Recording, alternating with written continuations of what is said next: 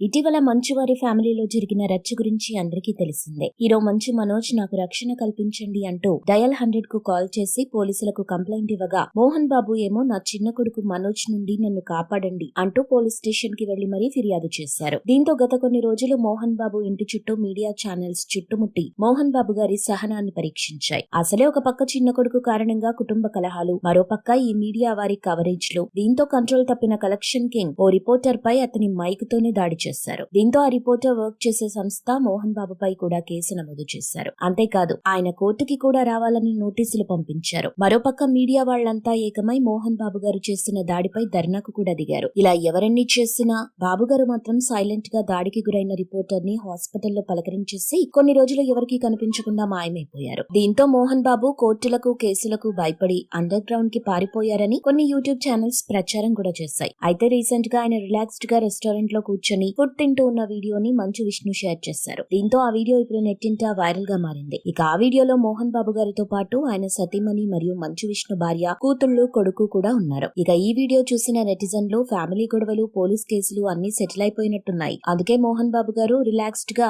Restaurant లో food తింటూ enjoy చేస్తున్నారు అంటూ కామెంట్స్ చేస్తున్నారు. మరోపక్క మంచు విష్ణు అయితే తన కన్నప్ప సినిమా మేకింగ్ తో పాటు ఫ్యామిలీకి కూడా టైం కేటాయిస్తున్నారు. ఈ మేరకు మంచు విష్ణు రీసెంట్ గా క్రిస్మస్ పండుగను తన భార్య పిల్లలతో కలిసి జాలీగా జరుపుకున్నారు. ఇక మంచు మనోజ్ కూడా ఇదివరకటిలాగా మీడియా ముందుకు రావటం లేదు. తన తదుపరి చిత్రాల షూటింగ్స్ లో బిజీగా ఉంటున్నారు. దీన్ని బట్టి చూస్తే మంచు వారి ఇంట కలహాలన్నీ ఓ కొలిక్కి వచ్చాయని అర్థమవుతుంది. దీంతో ఆ కుటుంబానికి చెందిన హీరోలందరూ కలిసిమెలిసి ఉండాలని మంచు అభిమానులు కోరుకుంటున్నారు. మీరు ఇలాంటి ఇంట్రెస్టింగ్ మూవీ అప్డేట్స్ మరిన్ని తెలుసుకోవడానికి ఇప్పుడే మా ఛానల్ ని లైక్ చేయండి, ఫాలో చేయండి, సబ్స్క్రైబ్ చేయండి.